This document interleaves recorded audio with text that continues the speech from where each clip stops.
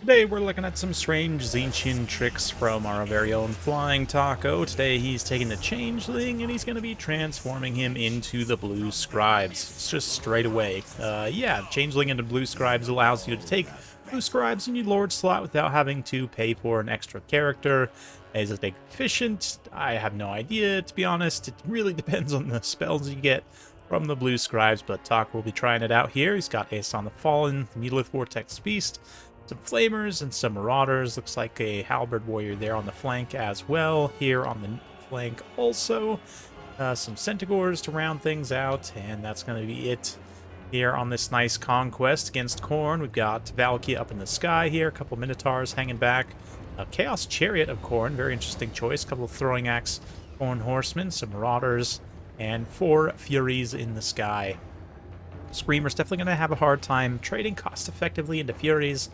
Tzeentch, of course, could have brought their own, but decided not to. I think the Khorne Furies probably just win straight up because of their better stats, but really nice, flaming fire, yeah, friendly fire, flaming, burning death for these Marauders here. Marauder on Marauder action as the blue boys clash with the red boys. Again, advantage probably goes to Khorne, just given their higher offensive stats. The barrier does help somewhat, but Aeson getting into combat here will equalize things significantly. That mass AoE drain. Aeson, of course, now has that, plus the activatable Maelstrom of Change, plus 8 melee attack as well for nearby melee units. Helps equalize their stats, 42 attack on those Marauders. With that buff, he is quite nice. The Doors of Tzeentch here, helping to support against the Furies. And we got to keep an eye on the spells from the Changeling. Right now, he's just blue scribing it up, firing away his missiles from the sky here. Yeah, unfortunately, we can't actually see what spells he has access to, but Karnak here, kind of getting bogged down by Centaurs and Screamers, doing their best to screen him away from the Changeling, make sure he can't shut down that spell casting. We also got some Furies here, engaging the Changeling. Definitely the Furies just staying in the sky, keeping the pressure on the Changeling would be the best option for Khorne to keep the effect of his spells mitigated as much as possible.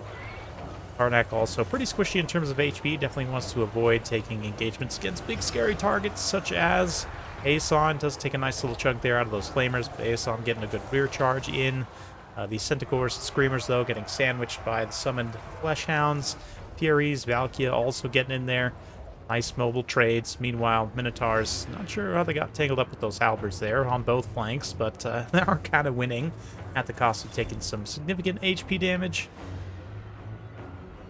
Things are going to look a little bit dicey here for Tzeentch. Not a lot of meat left in their build. Aeson, of course, is a force to be reckoned with. Still got some Centaurs hanging around as well, but not too much.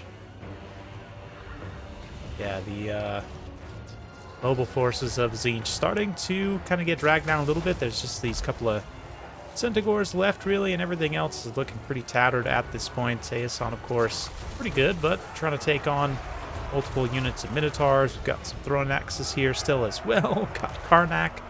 Yeah, things are looking a little bit dicey. Arcane Surge, though, on the Changeling there. Blue Scribe.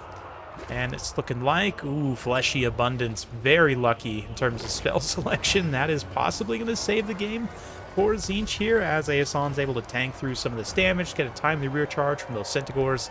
Centaurs here, trashing those Furies. They get charged by Minotaurs, but might be able to get away from that engagement. The Minotaurs also didn't get that great of a charge contact, it looks like. Aeson and the other Centaurs immediately just switching there. Nice small units micro, getting rid of that Minotaur. Some Monogods Beastman action here. As the Centaurs rush in around the Minotaurs. Aeson in the background just absolutely draining it up. And doing the laser beam strike as well. Yeah, the flaming throwing axes flying in from the horsemen here, but let's see, what is this going to be? A little spear slop near from Valkia, who pops that demon shield, invulnerable, which I didn't even see. Does that have a new tag? Little icon there? That's neat. But anyway, besides the fleshy abundance, I honestly haven't really caught much of what the Changeling has done. Looks like he hasn't done a ton in terms of damage value.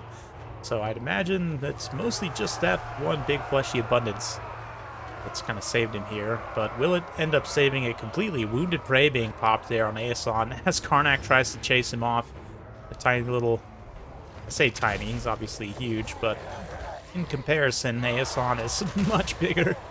Karnak, a little terrier chasing off like a giant Great Dane. It's pretty amazing. But unfortunately for Karnak, does get surrounded here by the Centaurs. Their magic attacks cutting through his physical resistance. Going to be problematic for him. Although, does he remove magic attacks? No. Just minus melee defense and vigor. Chariots, which are still been hanging around, managed to get 400 value, just kind of running around doing their thing. Going to get a little rear charge here and break the Centaurs. So Karnak will be able to continue his pursuit, but Aeson just chilling right now, continuing to pull away. And another heal, it looks like. Wow. Very lucky. Troll Guts this time. 2 very strong single target heals in a row for Flying Taco there. And that will be a pretty big moment for Aeson just to be able to run in there and sustain some of this damage. While the Changeling also, Prey of the Blood God, popped there. Looks like maybe he was intending to push Valkia up into the sky to charge the Changeling down, but gets distracted momentarily. A couple of hits on Aeson, and it looks like that Prey of the Blood God might drop, actually. Valkia rear charges Aeson, just trying to finish him off as Karnak moves away there. Yeah, a little disorientated contact effect.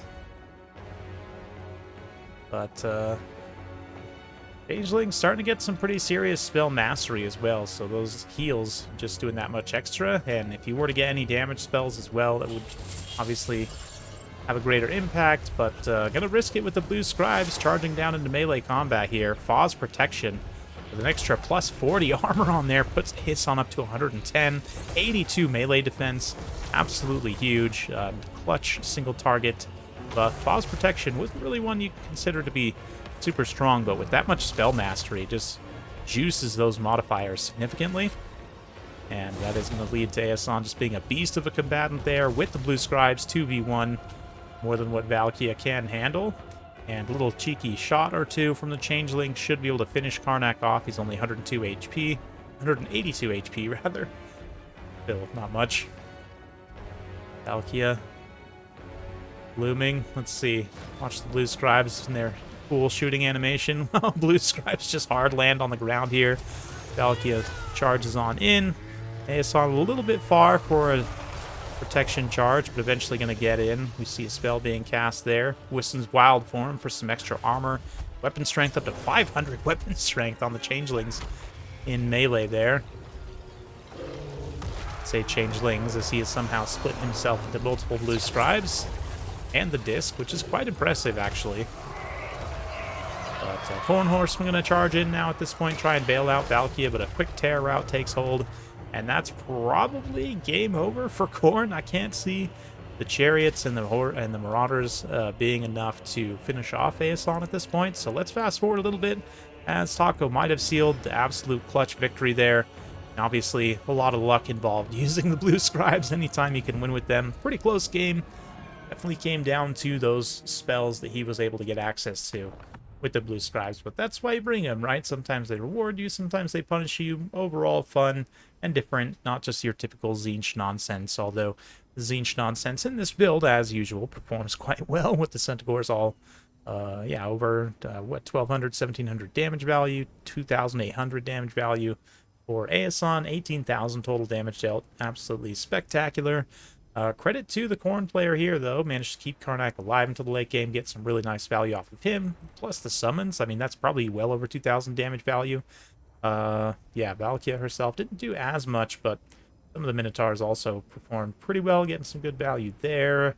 Yori's kind of a mixed bag, but good performance from the Chariots also. I have to say, Chariot Micro, I didn't really pay too much attention to it, but I mean, it pays for itself, has some Unimodels alive there at the end, so definitely was effective. Evidently was able to stay away from the Centaurs and whatnot, but Fun stuff for sure on both sides. Hopefully you enjoyed that as much as I did. If you do like this sort of content, be sure to like and subscribe. Hit that bell notification button. Every time I upload a new video, you'll be notified. Thanks again. We'll see you next time.